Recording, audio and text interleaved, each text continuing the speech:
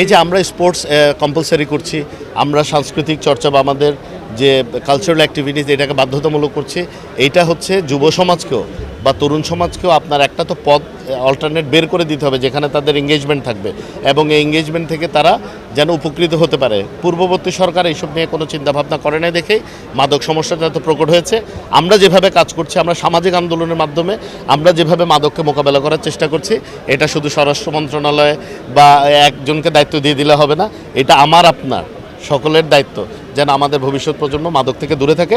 আমরা সকলেই স্থানকাল ভেদে হাটাজারিতে যেটা খুব বেশি এফেক্টিভ হবে এটা হয়তো ফটিকছড়িতে হবে না, অথবা শহরে হবে না, আবার শহরে যেটা হবে তো এখানে হবে না। আমরা এই জন্যই এই কর্মশালাগুলো করছি। এটা কোনো বক্তৃতার বিষয় না, এটা একটা কর্মশালার মতো, ওয়ার্কশপের মতো, যে আমরা জানতে চাই যে কোনটা হলে এই অন্ধকার জগৎ থেকে আমাদের কিশোর কিশোরীরা, তরুণ তরুণীরা, যুবক যুবতীরা ওটার থেকে বের হয়ে আসবে। আমরা একটি সামাজিক সমাধান করতে চাই। আমরা শুধু এটাকে আইনশৃঙ্খলা রক্ষাকারী বাহিনীর কোনো ইস্যুতে আমরা এটা রাখতে চাই না, এটা তাদের একার ইস্যু না, এটা আমার আপনার সকলের ইস্যু ভাই। আমাদের হাটাজারিতেই যে আমরা খুব বিব্রত হই, এইসব কিশোর গ্যাং, এই শব্দটাও আমি বারবার বলছি, এটা অত্যন্ত মানে একটা বিব্রতকর একটা টার্ম যেটা আমরা খুবই ব্যবহার করছি, সংবাদ কর্মীরাও ব্যবহার করতে বাধ্য হচ্ছে, আমরাও বাধ্য হচ্ছি। কিন্তু এটা কিসের জন্য হচ্ছে? এটা আমাদের সামাজিক অবক্ষয়ের জন্য হচ্ছে। আমরা সামাজিকভাবে এটা মোকাবেলা করতে পারছি না দেখে হচ্ছে। এগুলো নিয়ে আমরা কাজ করতে চাই। যাদের নামে আসবে তাদের বিরুদ্ধে ব্যবস্থা নেওয়া হবে তথ্য প্রমাণ সাপেক্ষে। এখন আপনার আমাকে পছন্দ হলেন, আপনি আমাকে বলে দিলেন আমি মাদক ব্যবসা করি, কোনো তথ্য নেই, প্রমাণ নেই, এটার উপর তো ভাই বিচার করা যাবে না। তবে এই আমি গতকালও মনে হয় বলেছি যে অপরাধীর কোনো পরিচয় নেই ভাই। ধরেন আজকে আমি একটা পদে আছি, আমার বিরুদ্ধে যখন কোনো অপরাধের অভিযোগ আসবে, আমার এগুলো কিছু থাকবে না, তখন আমি শুধু হেলাল হিসেবে বিবেচ্য হব। তো এখানে কে কোন নেতা যদি আসলে অপরাধের সাথে থাকে তার বিরুদ্ধে ব্লাইন্ডলি যেটা ল এনফোর্সমেন্ট এজেন্সি ব্যবস্থা নেবে, শতভাগ নেওয়া হবে। এটার ব্যাপারে আপনারা সুনিশ্চিত থাকতে পারেন। এখানে অ্যাকচুয়াল পরিমাণ ছাড় কাউকে দেওয়া হবে না। এক দলে সব ফেরেস্তা তাও না, আবার সব খারাপ মানুষ তাও না, দোনোটাই আছে। তথ্য প্রমাণের ভিত্তিতে যার বিরুদ্ধেই আমরা এই ধরনের অভিযোগ পাবো, আমাদের মাননীয় প্রধানমন্ত্রীর নির্দেশ হচ্ছে তাৎক্ষণিক ব্যবস্থা নিতে আমরা নিব।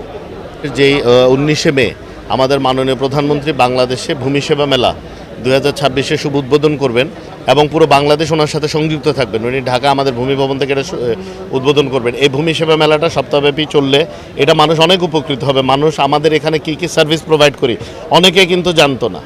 আমি যে কথাগুলো আপনাদেরকে 2-1 দিনে বলেছি যে আমাদের অ্যাপের মাধ্যমে হয়, আমাদের পুরো বাংলাদেশে 893টি ল্যান্ড সার্ভিসেস সেন্টার করা, প্রোভাইডিং সেন্টার করা হয়েছে, এগুলো কিন্তু অনেকে জানে না। এই যে সব কিছুই যে আপনি অনলাইনে টাকা জমা দিতে পারবেন, এটাও কিন্তু প্রান্তিক জনগোষ্ঠী জানে না। এই ভূমি সেবার মেলার মাধ্যমে সকল প্রতিষ্ঠান ইনক্লুডিং জেলা প্রশাসন এখানে সংশ্লিষ্ট আছে, ওনারা সকলে যখন আসবেন ওই স্টলগুলো মানুষ ঘুরে দেখবে, তখন মানুষ বুঝবে যে এই সকল সেবা তো আসলে স্বয়ংক্রিয়ভাবে বা অটোমেটেড ওয়েতেই পাওয়া যায়, অনলাইনে পাওয়া যায়। ওনাদের সেবা গ্রহণটাও সুবিধা হবে, আমাদের সেবা দেওয়াটাও সুবিধা হবে। এবং আরেকটা কথা আমি বারবার বলছি, যখন আপনি ফিজিক্যাল ক্যাশ ট্রানজ্যাকশন করেন তখন কিন্তু একটা অর্থনৈতিক দুর্নীতি হওয়ার সুযোগ থাকে। কিন্তু এই টাকাটা যখন আপনি অনলাইনে দিয়ে দিতে পারবেন, এখানে তো আপনার এখানেও আসার দরকার নাই, কাউকে কোনো দালাল বা ব্রোকারও দেওয়ার দরকার নেই। আপনি নিজের টাকা আপনার গভর্নমেন্ট যে রাজস্ব আছে ওইটা অনুযায়ী আপনি দিতে পারবেন। তো আমি মনে করি এই মেলাটা অত্যন্ত তাৎপর্যপূর্ণ। পুরো বাংলাদেশকে এটা জানানো যে ভূমি মন্ত্রণালয় এই আমাদের মাননীয় প্রধানমন্ত্রী জনাব তারেক রহমানের নেতৃত্বে কতটুকু অগ্রগতি হয়েছে। এটাই যে শেষ তা না, আমাদের তো আমি ভবিষ্যৎ পরিকল্পনাটাও বলেছি, আমাদের অনেকগুলো ভবিষ্যৎ পরিকল্পনাও আছে। যেমন নামজারি আমরা চালু করেছি। হ্যাঁ, এটাতে খুব মজা। এটাতে আপনি শুধু একবার ভূমি অফিস যাওয়া লাগবে, শুধু আপনার মেন দলিলগুলো দেখানোর জন্য, বাকিটা আপনি অনলাইনে করতে পারবেন। তো এটা তো অনেকেই জানেন, ওরা তো এখনও আমাদের লোকজন এই নামজারির জন্য প্রত্যেক দিন ভূমি অফিসে যাওয়া আসা করছে।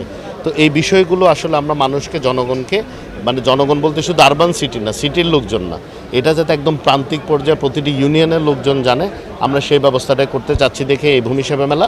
আমি মনে করি অনেকগুলো টিভিসি রেডি হয়েছে, বিভিন্ন বিটিভি সহ বিভিন্ন সংবাদ মাধ্যমে আমরা দেওয়ার চেষ্টা করছি। আমরা মসজিদের ইমাম সহ বিভিন্ন ধর্মীয় প্রতিষ্ঠানের যারা প্রধান, ওনাদেরকে বলেছি ওনারা যেন এটা প্রচার করেন। আমরা মাইকিংয়ের ব্যবস্থা করেছি। আমরা বিভিন্ন পাবলিক প্লেসে, যেমন ঢাকায় মেট্রো রেল আছে, এখানে ট্রেন স্টেশন, বাস স্টেশন আছে, এখানে আমরা বিলবোর্ডে টিভিসি প্রচার করার চেষ্টা করছি। একই সাথে আমরা সিটি কর্পোরেশনগুলোকে অনুরোধ করেছি, তারা যদি, আমাদের তো এত টাকা নেই, তো বাজেটের সীমাবদ্ধতা আছে, তারা যদি সরকারের জন্য আমাদেরকে দিনে একটা ছোট স্লট দেয় যেখানে এই বিজ্ঞাপনটা আমরা দেখাতে পারি, তাহলে